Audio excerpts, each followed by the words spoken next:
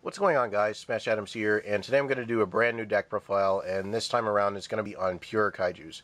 Now, the reason why I like pure Kaijus is because, well, let's be real, this deck is more so overlooked compared to the rest of the engines, such as Yosenju's and Great Alls, which in my opinion is their signature build to make the deck flexible enough. And, and a lot of people think that, oh, it's just you're giving your opponent a weaker kaiju and you're giving yourself a heavy set kaiju just to beat over and then just keep shaving off points off of your opponent's chart just to win. It's yes, it involves that, but at the same time the deck does involve a few combos just to get some significant plays going, so that way you can actually win slightly faster depending on what it is. But nonetheless, Kaijus are pretty fun. I like this build. I like the pure engine. It's fun. And if you're one of those players that just loves challenging yourself and get outside of your comfort zone with just running meta decks all the time, or just running decks that you're fluent with, this is one of the decks to go for if you just like challenging yourself. And nonetheless, it's cool. So, I'm going to show you all the deck, explain a couple of my tech choices, and without further ado, here is pure Kaijus. Start off, of course, we've got the triple Jizukiru, the Star Destroying Kaiju. Basically, you give up 3 counters on any side of the field, even if it's a mirror match, and you can negate 1 card that targets any card on your side. It has to be 1, and then destroy a card, whichever you choose on either side of the field. So say if they play MST and they target a face down, guess what? Not happening. You negate and then pop a card on their side. Raigeki break. They discard a card to destroy a card. Guess what? Negate, pop a card on their side. Galaxy Cyclone. Same thing. There are so many possibilities with this card. And a majority of the time, you want this in your front line, since you can only control 1 Kaiju anyway. Next, we got 3 Thunderking, the Lightningstrike Kaiju, basically King Ghidorah. What he does, he basically removes 3 counters on anywhere. And that's Kaiju counters, by the way, if you all know what kind of counters I'm talking about. Basically, you remove 3 Kaiju counters, and then you basically shut your opponent down completely for that whole turn. And then, at the same time, say if your opponent has enough monsters to spare, guess what? You're in luck. Because this card can attack 3 times, just as long as your opponent has enough monsters to do so. So, yeah, it's pretty strong. You don't use the effect that much, since you're going to be beating over some of the weaker Kaijus anyway, or some of your opponent's monsters anyway, since it is a really high-powered beat stick. But nonetheless, the effect is pretty useful as a late game ender. So, more often than not, yeah, Thunderking is pretty much the best one in the lineup. Next, we've got one of my favorites, 3 Dogoran, the Mad Flame Kaiju, basically Godzilla. What he does, he's basically a Raigeki. The downside is, yes, he's costly as far as Kaiju counters, since you have to remove 3 in order to activate it. But you can't attack them right after you activate the effect. But the plus side, since Kaiju Files does benefit you in the long run, you can tag it out after using the ability, and then summon another Kaiju, like say Jizukiru or Thunderking, and then beat their face over with a 3300 beater. Or if you want to, or if you just want to play around and just summon a Radian or even a Gadarla, which never really hurts either, you can do so. So yeah, Dogoran is pretty cool too. Next, we got 3 Gamaceil, the Sea Turtle Kaiju. The reason why I like him and why I consider him the best next to Jizukiru and Thunderking is because he's the weakest to give to your opponent. And also, like, say if he were on your side, more so in your favor, like if you were to summon him in D, not just because his stats are good defensive-wise, but his effect is pretty awesome. He's basically a Solemn Judgment with legs. He's less costly compared to the other Kaijus, including Gadarla, Radian, and Kumongous, for example, and the rest of the other Kaijus as well. And after negating the effect of a card, you can banish that card that they tried to activate. So yeah, say they played Raigeki, remove 2 counters, not happening, and then they banish it. Yeah. Gamaceil, sorry, I was that close to saying Jizukiru. even though he does work similarly to Jizukiru, the only difference is he can negate anything. Gamaceil is pretty awesome because has like the best effect next to Jizukiru. But overall, more often than not, you're going to be giving him to your opponent just to beat over anyway. And yes, Mermills run this card a lot, more so in the side than in the main. Next we got 3 Radian. I was playing around with 2 at first, but I figured 3 was a little bit better because, say if you wanted another option to go for as far as a heavy beater, yes, it's not 3,000, but 2,800 is around that point. So, yeah, he's pretty good. And plus, he gives you another Radian clone. Or, say, a token, for example. A Radian token. The only downside is the token has 0 defense compared to Radian itself. So, in this case, you're getting 2 Kaijus for the price of 1. So, it's pretty cool. It only costs 2 Kaiju counters in order for that to work.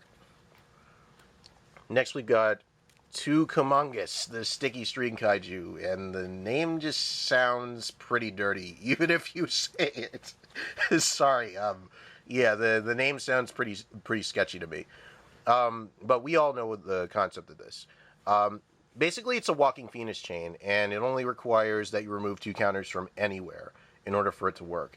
But the cool thing about it is you can just give it to your opponent since it's weaker than the rest of the Kaijus next to Gamaceil, and then just beat over it. So, why not? I was playing around with 3, but I figured I would just cut it down just to make the deck flexible enough to get to a whole lot more stuff faster, so that way you can execute your plays with Kaijus anyway. But, yeah, Kumongous is pretty good too. 3 Gadarla, the Mystery Dust Kaiju, basically Mothra. What it does, yes, it's costly because I believe you remove, is it 3 counters? Yep, 3 Kaiju counters from anywhere. And then you can basically just shrink every monster on the field. And since you don't have to worry about any of that, since you're going to be controlling a Kaiju anyway, if not this or anything else, yeah, Gadarla has no worries since it's unaffected by its own ability. So you shrink all other monsters by half, and there you are, smooth sailing. So, yeah, Gadarla can help you in many cases, but you're going to be giving him more so to your opponent than just using the effect. Keep in mind, guys, your opponent can use this effect as well, and you can use it during any player's turn, and your opponent can use this card as well. Same thing with Jizukiru, and with Gamaceil. Just keep that in mind. And lastly, for the monster lineup and the Kaiju lineup, 3 super anti-Kaiju War Machine Mecha-Dogoran. Basically, Mecha-Godzilla, or Mecha-Godzilla 2, or Kiryu. His effect is pretty interesting, since you can rack up points with the amount of Kaijus that you equip to this card, well, attack-based for that matter. There's no limit to this card's ability, but you're going to be giving this card to your opponent, more so to your opponent's side, sorry, than just using its ability to just make it stronger. But the highest I could get it to was at least, was the highest I could get it to, like, was it 99? Yeah, it was around 99 that I got it up to, but it's pretty cool. But the best ways you can give it to your opponent, since you can't give it, like, straight to them because it says so, is through files and Kaiju Slumber. But nonetheless, it's pretty interesting. And since it's the weakest, you shouldn't have any worries giving it to your opponent, unless they try to be slick and run honest. Next, we have the spells. That was a lot of monsters, by the way. 3 Kyoutou Waterfront. This and the Kaijus are basically the deck, because the counters are what's going to benefit you in the long run as far as activating effects. So, keep in mind.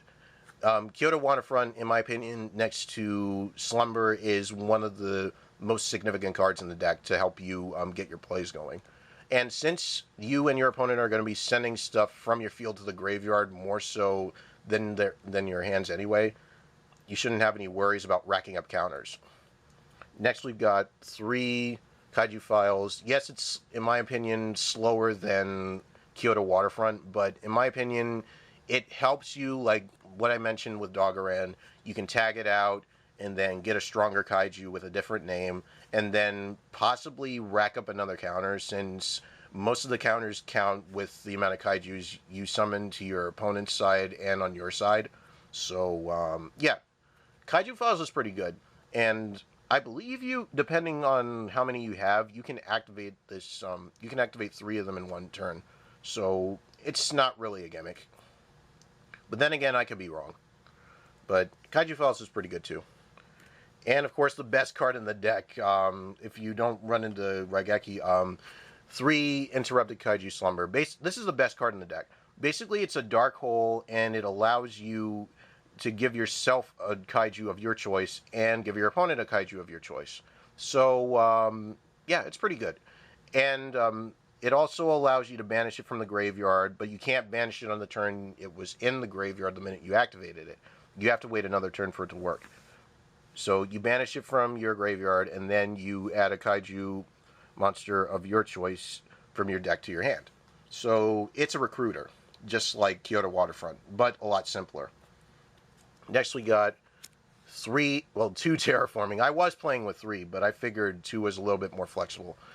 And, of course, 1 Raigeki to clear your opponent's field, and possibly rack up counters, depending on how many you get rid of. I'm not sure if it works with multiple monsters getting sent from the field to the graveyard if you just get 1 counter since they're sent to the graveyard at the same time. But, hey, you're clearing your opponent's board, so you're getting a counter regardless. So, yeah. Anyways, onto the traps. The trap lineup is pretty small. 3 capture missions. It's basically a Book of Moon and a Pot of Greed with legs. The downside is, with the Book of Moon effect, you can't go within 3 counters in order for it to work. It has to be below 3. So the minute you hit 2, that's that. So, say if you wanted to save one of your monsters from being beaten over, like say Jizukiru, for example. Yes, his stats are a lot better because his defense is 26. You can do that, and then afterwards, just play it, get a counter, and then wait to see what happens. And plus, since it's prime MST target, you get to draw 2 cards, so you can plus off of this. And lastly, to end the trap lineup, 1 Solemn Warning and 1 Bottomless Trap Hole, and to put the deck to a close. So, that's it for the Kaiju deck. Hope you all enjoyed this little deck profile that I put together. Please leave a like and favorite if you did. If you have any suggestions, leave them. Now, keep in mind, I may over time add some stuff to make it kind of a brainwash build, like say Owner Seal and Summoning Curse and Remove Brainwashing, which I don't have yet. But overall, the deck does work. Anyways, but yeah, the deck is fun. Hit me up in the comments. Don't forget to subscribe. And until next time, this is Smash Adams signing out.